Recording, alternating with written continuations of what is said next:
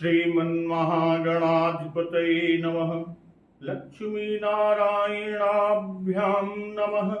उमामहेश्वराभ्यां नमः। वाणीहिरण्यगर्भाभ्यां नमः। शचीपुरन्दराभ्यां नमः। माता पितृचरणकमलेभ्यो नमः। इष्टदेवताभ्यो नमः। कुलदेवताभ्यो नमः। ग्रामदेवताभ्यो नमः। स्थानदेवताभ्यो नमः। वास्तुदेवताभ्यो नमः। सर्वेभ्यो देवेभ्यो नमः। सर्वेभ्यो ब्राह्मणेभ्यो नमः। श्री गुरुचरणकमलेभ्यो नमः। ओम सिद्धि बुद्धि सहिताय श्रीमन्महागणाधिपतये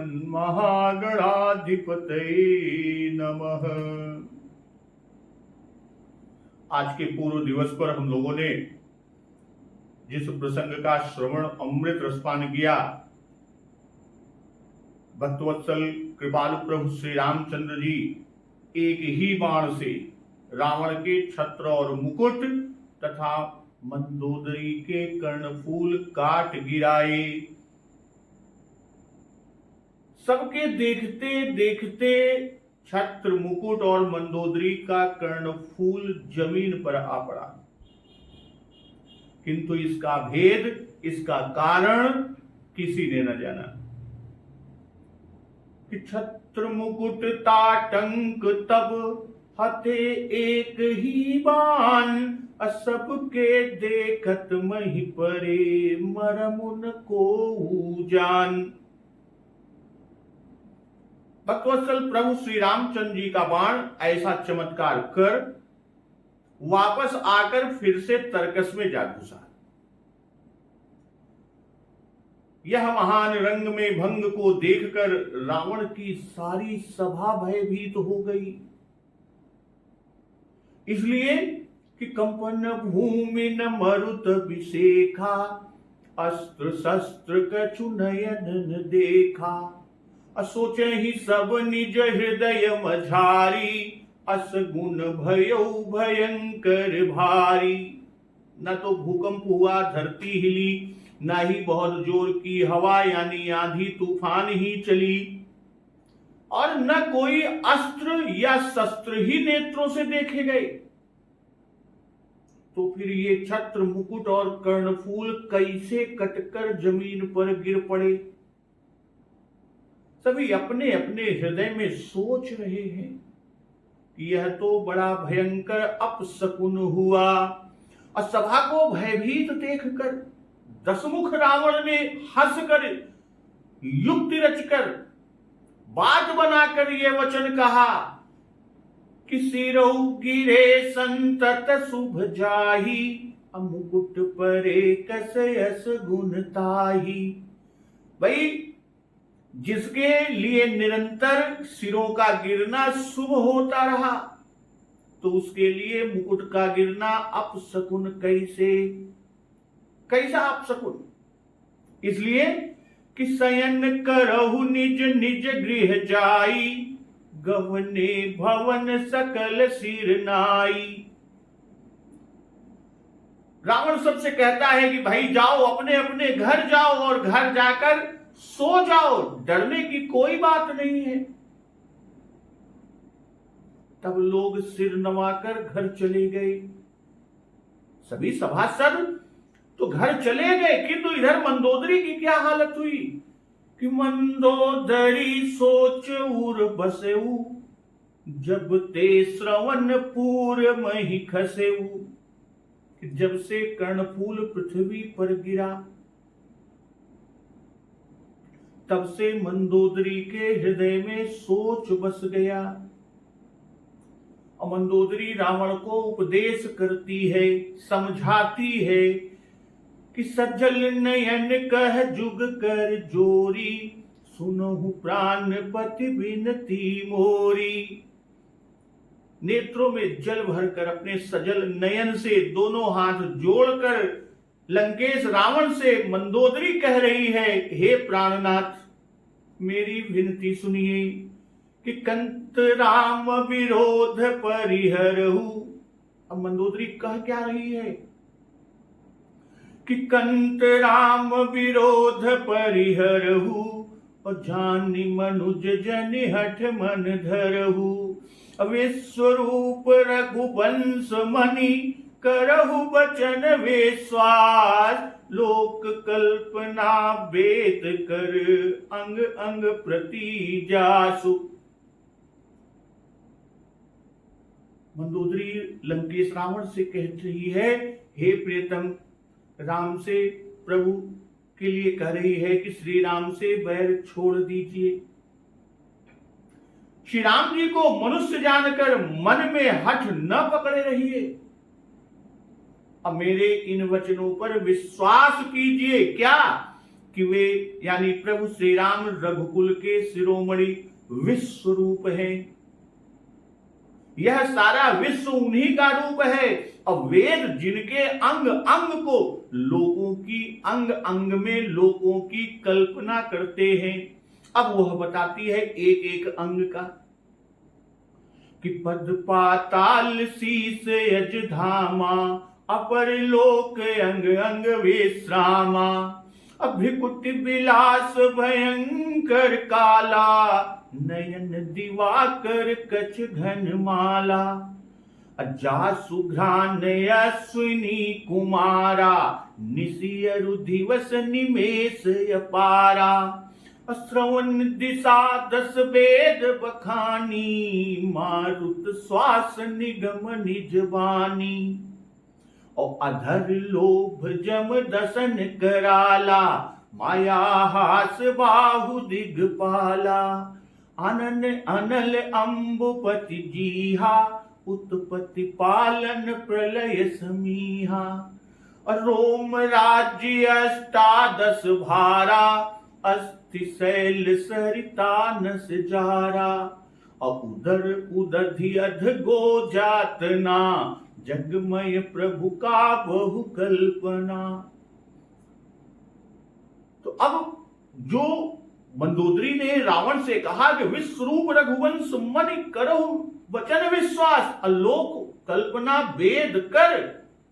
वेद जिनके अंग अंग में लोकों की कल्पना करते हैं, यह सारा विश्व उन्हीं का रूप है। और उसी को आगे समझाती है कि पाताल जिन विश्वरूप भगवान का चरण है, और ब्रह्मलोक सिर है, और अन्य बीच के सब लोगों का विश्राम या स्थिति जिनके अन्य भिन्न भिन्न अंगों पर है।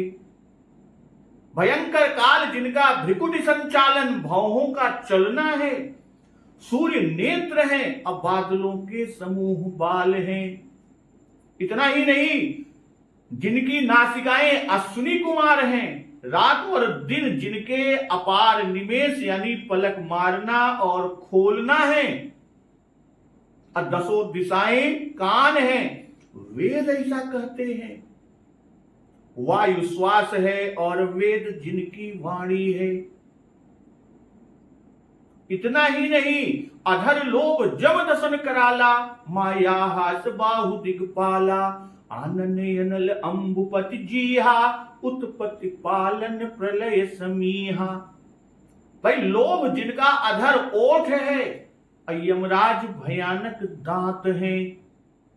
माया हंसी है, दिग्पाल भुजाएं हैं, अग्नि मुख है, वरुण जीव है, उत्पत्ति पालन और प्रलय जिनकी क्रिया यानी चेष्टा है।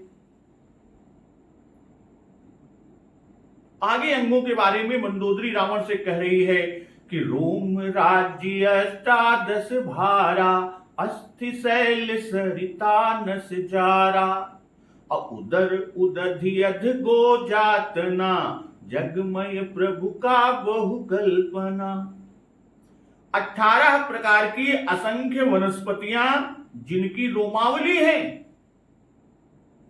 पर्वत अस्थियां हैं, नदियां नसों का जाल है, समुद्र पेट है, और नरक जिनकी नीचे की इंद्रियां हैं। इस प्रकार प्रभु विश्वमय है, और अधिक कल्पना या उहापोह क्या की जाए।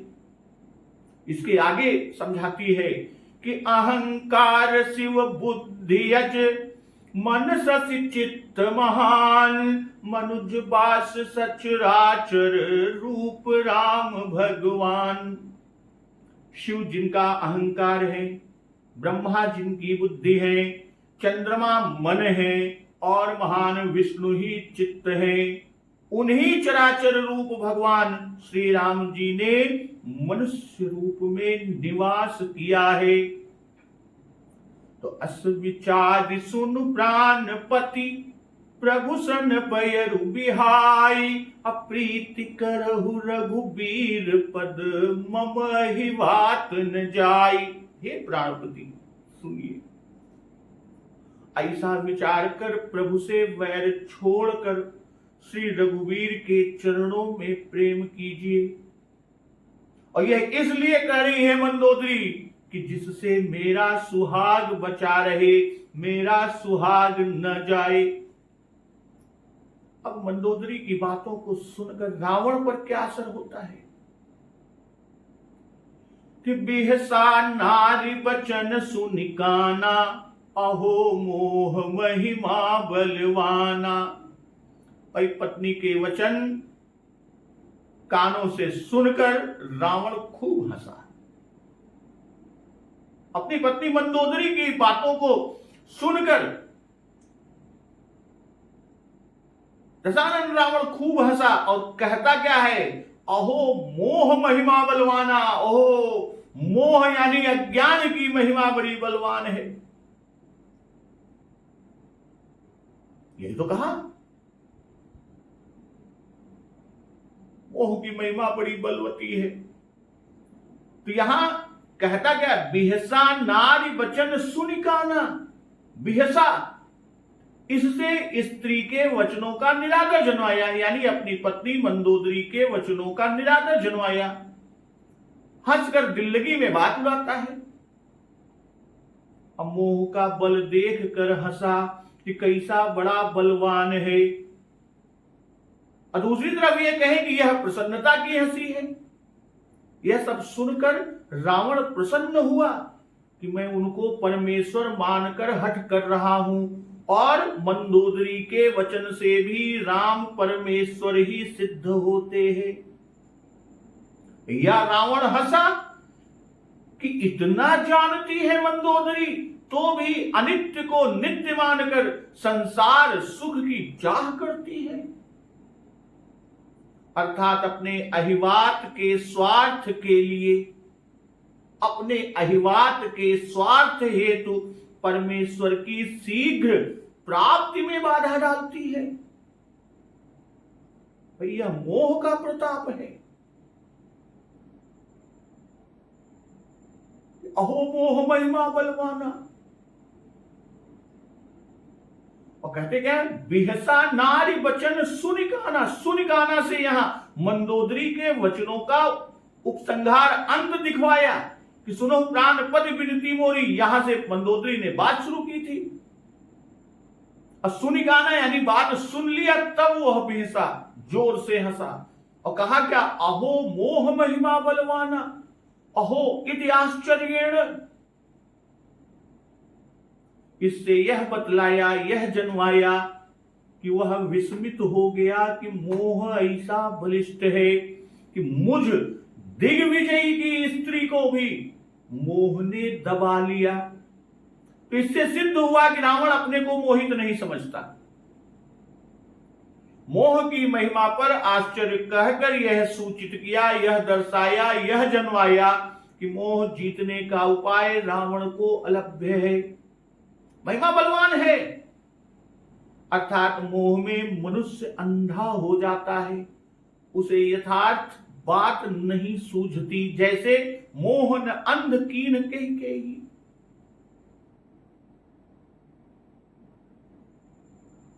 भाई जिसकी आज्ञा चराचर मात्र सिरोधार किए हैं, मुझ त्रैलोक्याधिपति रावण को यह जीव समझती है, और जो मनुष्य है एवं राज्य सेवी जिसका निर्वासन हो गया है और जिसकी आज्ञा केवल वानर मानते हैं, उसे यह मंदोदरी हमारी पत्नी ईश्वर मानती है। इसी से कहता है अहो मोह महिमा बलवाना। अरे देखियो तो कि यह अपने ही मुख से शत्रु का पराजय और मेरा विजय कह रही है, और उस पर भी मुझे बलहीन और शत्रु को बलवान जानती है। भाई मुझे बलहीन और शत्रु को बलवान समझ रही है। रावण कहता क्या है कि नारी स्वभाव सत्य कवि कहीं, अवगुण 8 सदा उर रही। कवियों ने, रावण कह रहा है कि कवियों ने स्त्री का स्वभाव सत्य ही कहा है, उनके हृदय में 8 दोष रहते हैं, सदा रहते हैं। और क्या है कि साहस अनृत चपलता माया, भय विवेक या शौच अदाया। अब ये रावण के वचन है कि साहस, झूठ, चंचलता, माया, भय, अज्ञान, अपवित्रता और निर्दयता, यह 8 दोष, अवगुण 8 सदा उड़ रहे हैं। वो अवगुण 8 की बात करते हैं कि साहस अनृत चपलता माया, भय अविवेक अशौच अदाया। अब यहां साहस शब्द के अर्थ और शब्द सागर में दिए गए जो अर्थ है, जैसे कि साहस वह मानसिक गुण या शक्ति जिसके द्वारा मनुष्य यथेष्ट बल के अभाव में कोई भारी काम कर बैठता है या दृढ़ता पूर्वक विपत्तियों और कठिनाइयों आदि का सामना करता है। दूसरा साहस की जबरदस्ती दूसरे का धन लेना, दुष्ट कर्म, द्वेष, अत्याचार, क्रूरता या बेरहमी,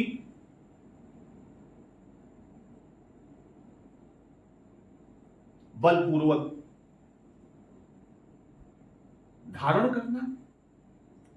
तो ये 8 अवगुण रावण ने मंदोदरी में दिखाए हैं। ये 8 गुण किसने? रावण अपनी पत्नी मंदोदरी में दिखाए हैं।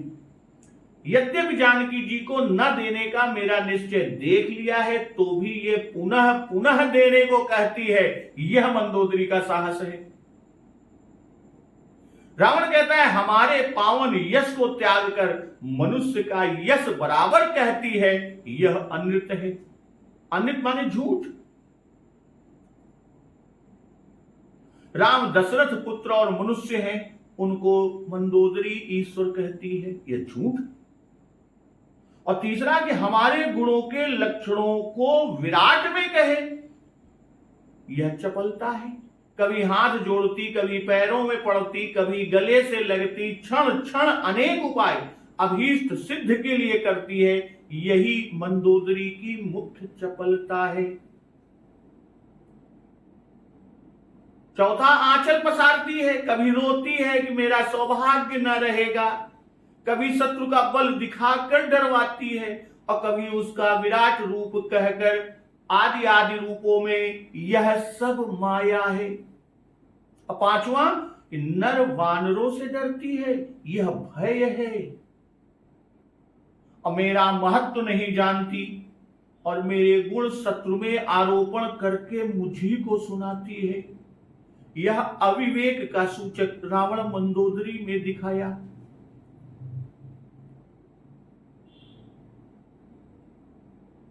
और फिर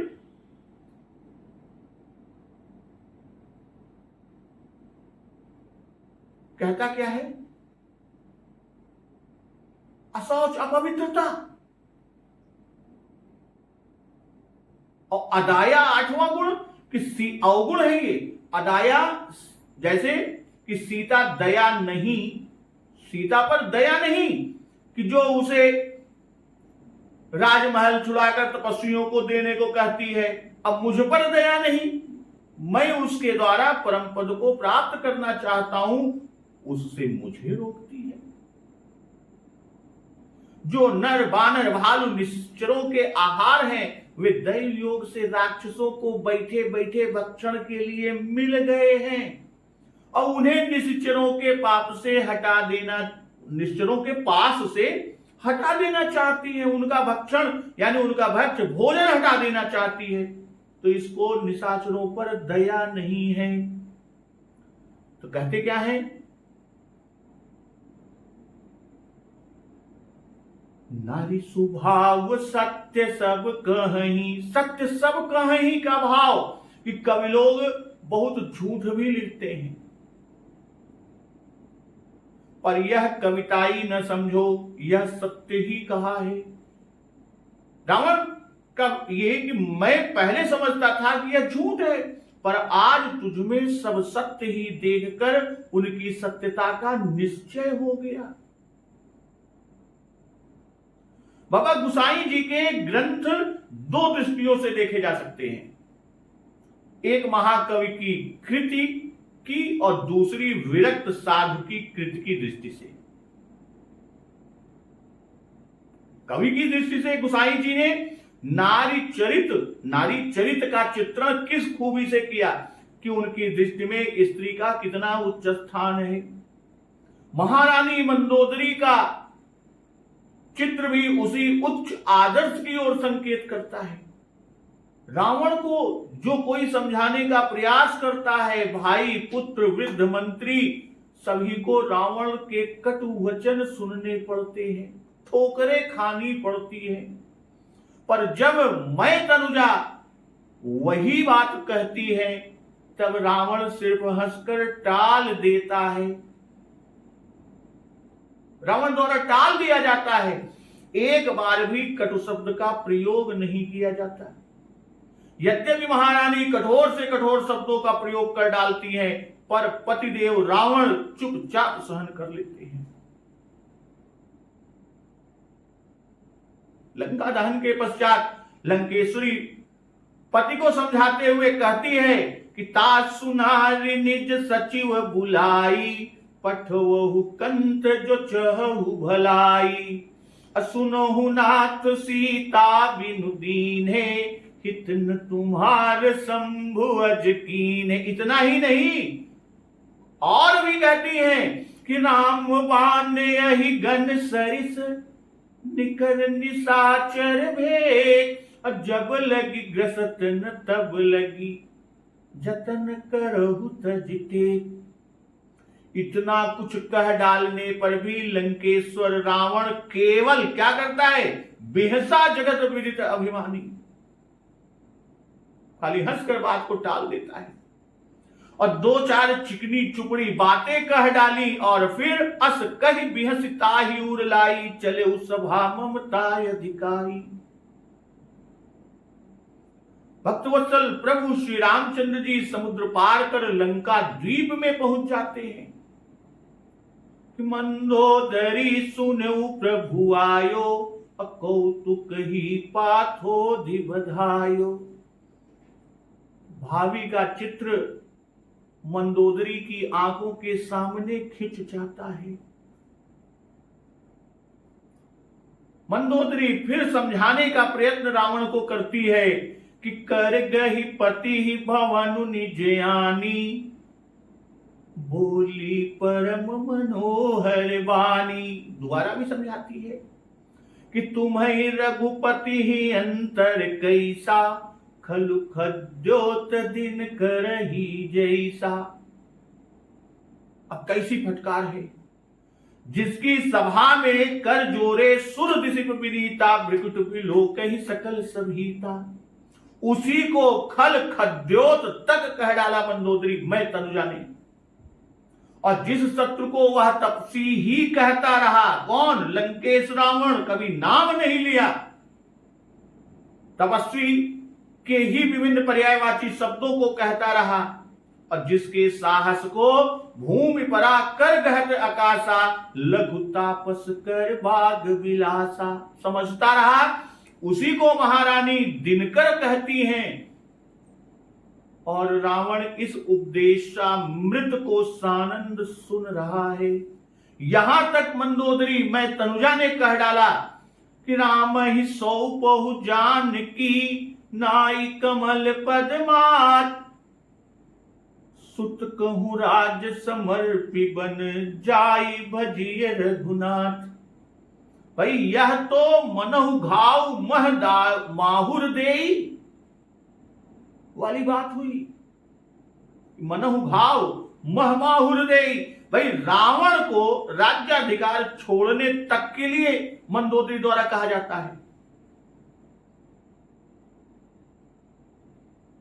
यह लंबा चौड़ा व्याख्यान कटु वचनों से भूषित महाराज रावण सुन रहे हैं, और जब समाप्त हो जाता है तब रावण मय सुता उठाई, कहई लाग खल निज प्रभुताई। सुनु तय प्रिया वृथा भय माना, जग जोधा को मोहि समाना। भाई इतनी कड़ी बातें सुनने पर भी महारानी मंदोदरी वही प्रिया है। इसको स्त्री का आदर कहा जाए या अनादर, यह आप स्वयं विचार कर ले।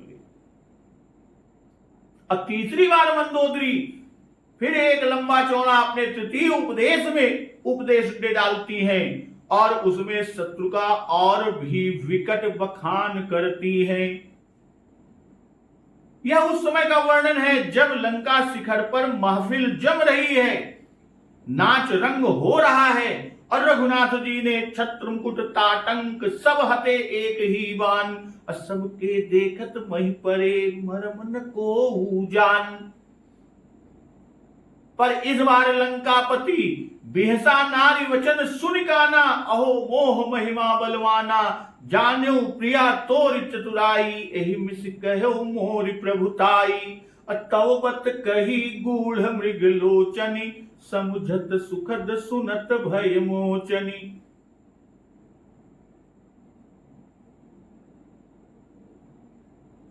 महारानी की लंबी चौड़ी बातों को रावण मजाक में उड़ा दिया, रावण द्वारा मजाक में उड़ा दिया जाता है। अब मंदोदरी ने क्या बखान किया था प्रभु श्री राम जी का, कि कंत राम विरोध परिहरहु, जानि मनुज जनि हठ मन धरहु। अब विश्वरूप रघुवंश मणि, करहु बचन विस्वार, लोक कल्पना वेद कर, अंग अंग प्रति जासु। अब अंग अंग का वर्णन मंदोदरी अपने पति लंकेश रावण से करती है कि पद पाताल शीस अजधामा, अपर लोक अंग अंग विश्रामा। अभ्रिकुट विलास भयंकर काला, नयन दिवाकर कच घन माला। अजासु घ्राण अश्विनी कुमारा, निशियरु दिवस निमेष अपारा। अश्रवण दिशा 10 वेद बखानी, अमारुत श्वास निगम निजबानी। अधर लोभ जम दसन कराला, माया हास बाहु दिगपाला। अनन अनल अम्बुपति जीहा, उत्पत्ति पालन प्रलय समीहा। रोम राज्य 18 भारा, अस्ति शैल सरिता नस जारा। उधर उदधियध गो जातना, जगमय प्रभु का बहु कल्पना। इतना कहने के बाद फिर क्या कहती है मंदोदरी कि अहंकार शिव बुद्धि अज, मन सस चित्त महान। मनुज बास सचराचर, रूप राम भगवान। तो इसी उत्तर में लंकाधिपति रावण कुछ स्त्री चरित्र के विषय में भी कह डाला। रावण ने कह दिया क्या कि नारी स्वभाव सत्य कवि कहीं, अवगुण 8 सदा उर रही। साहस अनृत चपलता माया, भय अविवेक अशौच अदाया। तो बाबा गुसाई जी के द्वारा स्त्रियों की जो निंदा की गई है उसकी पुष्टि में यह भी एक प्रमाण पेश किया जाता है। यह किसी संस्कृत श्लोक का अनुवाद है। असत्यम साहसम माया, मात्सर्यम चातिलुब्धता, निर्गुणत्वम शौचत्वम, स्त्रीणाम दोषा स्वभावजाः। ये तो इसी संस्कृत का श्लोक के अनुवाद है। पर इस निंदा के असली कर्ता का नाम तक नहीं लिया जाता। और बेचारी बाबा गोसाई तुलसीदास जी के माथे सारा दोष मढ़ दिया जाता है। अगर सच कहें, अगर ये सच पूछिए तो पूज्यपाद बाबा गोस्वामी तुलसीदास जी ने इसको ऐसे स्थान पर जोड़ दिया जिससे इसकी भयंकरता लुप्त प्राय हो गई और इसमें केवल परिहास की छटा रह गई। एक बार फिर मंदोदरी समरानल को भड़कने से रोकने का प्रयत्न करती है, समर रूपी अग्नि को रोकने का प्रयत्न करती है, और इस बार ऐसी जली कटी सुनाती है कि हद ही हो गई। श्री बाल कुमार अंगद जी अपना दूत कार्य कर विदा होते हैं, लंकेश्वर अंतःपुर में पधारते हैं, तो उनका मधुर शब्दों में स्वागत होता है कि कंत समुझ मन तज हुकुमति ही, सोहन समर तुम ही रघुपति ही। तो कैसे करे शब्द हैं, पर लंकापति रावण इन शब्दों को चुपचाप सुन लेते हैं। करारी करारी बात होने से कुछ उत्तर नहीं बनाता, उसको ये शब्द कड़वे जरूर लगते हैं। किसे? लंकापति रावण, लंकेश रावण को। लेकिन फिर भी उस नीति का अवलंबन नहीं करता जिसमें पूज्यपाद बाबा गोस्वामी जी ने कहा है कि ढोल गंवार शूद्र पर सुनारी, ये सब ताड़न के अधिकारी। भाई ना अजैक्स के समान यही आज्ञा दी जाती है कि साइलेंस, बस चुप, बल्कि इसके विपरीत लंकेश्वर कि नारी वचन सुन विसिक समाना, सभा गयो उठी होत बिहाना। कैसा जप्त है। यहां पर भी स्त्री जाति के प्रति पूज्यपाद बाबा गोस्वामी तुलसीदास जी द्वारा उच्च आदर का ही भाव झलकता है। तो रिपुकर रूप सकल तय गावा, अति विशाल भय मोहि सुनावा। अब रावण क्या कह रहा है मंदोदरी से कि तूने शत्रु का अत्यंत बड़ा विराट यानी समग्र रूप विस्तार से कहकर मुझे बहुत बड़ा डर सुनाया। अति विशाल भय मोहि सुनावा, असो सब प्रिया सहज बस मोरे। रावण कहता क्या है कि सो सब प्रिया सहज बस मोरे, असमुझ परा प्रसाद अब तोरे। हे प्रिय, लंकेश रावण अपनी महारानी मंदोदरी से कहता है, हे प्रिय, वह सब स्वभाव से ही मेरे वश में है। अब तेरी कृपा से मुझे यह समझ पड़ा कि जान्यू प्रिया तोरी चतुराई, एहि विधि कहु मोरी प्रभुताई। कहता है कि हे प्रिय, तेरी चतुरता को मैं समझ गया कि तूने इसी बहाने मेरी प्रभुता कह डाली, यानी मेरी ही प्रभुता को कहा इसके बहाने।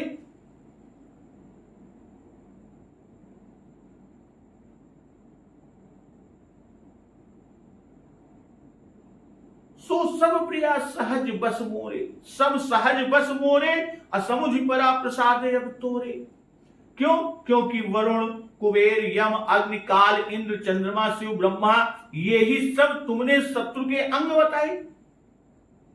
भाई यही सब तो अंग बताए। असो ये सब मेरे वश में है ही। मैं यह न जानता था कि ये सब शत्रु के अंग ही हैं। अब तुम्हारी कृपा से मुझे जान पड़ा। समुझ परा प्रसाद अब तोरे। कहने का तात्पर्य कि गंभीर स्वभाव के कारण मैं अपने गुणों की ओर दृष्टि नहीं करता, नहीं कर रहा था। तेरे कहने पर मैं ये जाना। प्रसाद यानी पद सम्मान है तू। यह भाव इसका ये कि जिसका विराट रूप मेरे अधीन है, तो उसके मनुष्य तन को दीन कर देना क्या बड़ी बात है। यही विधि कहे मोरी प्रभुताई। कहने का भाव कि मुख पर प्रशंसा को करना अनुचित है। लोग उसको खुशामदी समझते हैं, कहते हैं, इसलिए यह उचित है कि किसी की ओट से प्रशंसा करे। बस इसी कारण से हे मंदोदरी, हे महारानी, तूने विराट के रूप में के मिख मेरी प्रशंसा की। यही तेरी चतुराई है, यही तुम्हारी चतुराई है कि तव बत कही गूढ़ मृगलोचनी, समुझत सुखद सुनत भय सोचनी। हे मृगनयनी, तेरी बत कही यानी तेरी वाणी गूढ़ अर्थात छिपी हुई, जो शीघ्र न समझ में आ सके, गंभीर भाव युक्त है तुम्हारी वाणी, तुम्हारी बत कही। समझने में सुख देने वाली और सुनने से भय की सूचना देने वाली है। समुझत सुखद असुनत भय सोचनी। अमंदोदरी मन महु अस ठयऊ, पियहि काल बस मति भ्रम भयऊ। मंदोदरी ने मन में ऐसा निश्चय कर लिया कि मेरे पति को मृत्युवश भ्रम हो गया है, सो सब प्रिया सहज बस मोरे। यही बुद्धि का भ्रम है। यहां कहता क्या है, तव बत कही गूढ़ मृगलोचनी। मृगलोचनी संबोधन के दो हेतु हैं, दो कारण हैं। एक तो मृग के समान सुंदर बड़े बड़े नेत्र वाली बताया, और दूसरे भाव में कि मृग के नेत्र भ्रम युक्त होते हैं, इसी से वे रविकर बार यानी मृग तृष्णा को जल जानकर प्यास के मारे इधर उधर दौड़ते हैं। जैसे कि कहीं न जाई मृग बारी, सत्य भ्रम ते दुख होई विसेखे। कहीं न जाई मृग बारी, सत्य भ्रम ते दुख होई विसेखे। अब मृग भ्रम बारी, सत्य जल जानी, वैसे ही तुझे और का और सूझता है, इसलिए उसको मृग लोचनी पद दिया। भाई मृगी की चितवन में भय भी होता है। चकित विलोकत सकल दिशि, जन शिशु मृगी सभी।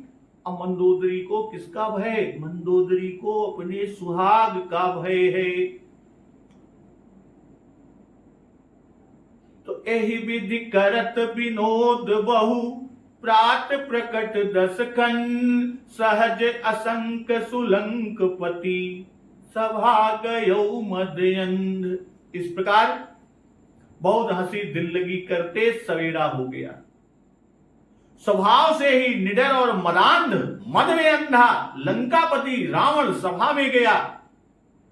यद्यपि मेघ अमृतोपम जल बरसते हैं तो भी वे बेत फूलता फलता नहीं। फूलई फरई न बेत, यद्यपि सुधा पर सही जलद, अमूर्ख हृदय न चेत, जो गुरु मिलहि बिरंच शिव।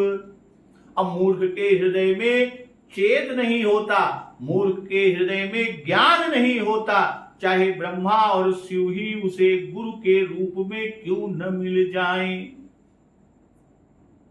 अब विरंच वेदों के कर्ता हैं और शिव ज्ञान के स्वरूप हैं। यद्यपि यहां विष्णु को नहीं कहा, फिर भी विधि हरि हर इन तीनों का सहचारित्व धर्म है, इससे विष्णु का भी भाव यहां ग्रहण होता है। गुरुदेव के विषय में त्रिदेवत्व कथन, गुरुर् ब्रह्मा गुरुर् विष्णु गुरुर्देवो महेश्वरः, इसलिए यहां विष्णु का भी भाव। भाई जब श्रेष्ठ गुरु ईश्वर हार जाते हैं और मूर्ख को उपदेश नहीं लगता, तब फिर स्त्री क्यों कर उपदेश करके जीत सकती है।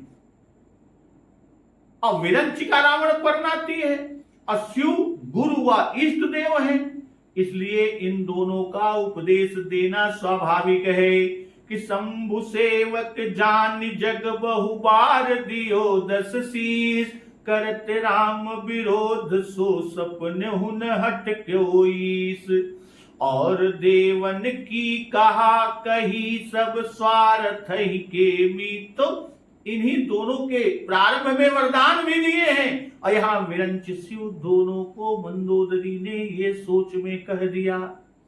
अब इसके बाद रावण सभा में जाता है और उधर भक्तवत्सल कृपालु प्रभु श्री राम जी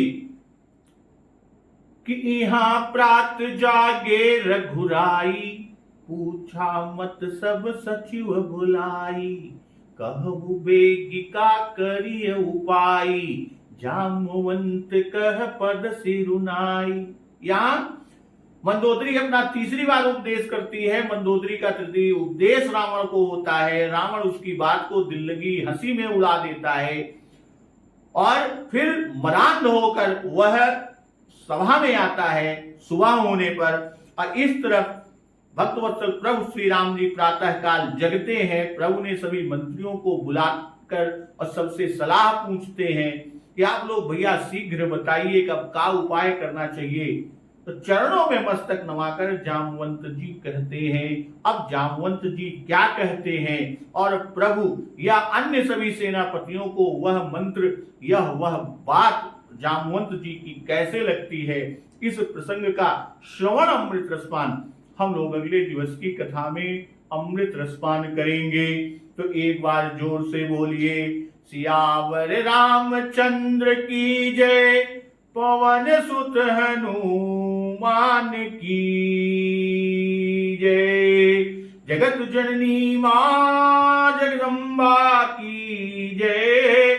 गुरुदेव भगवान की जय। उमापति महादेव की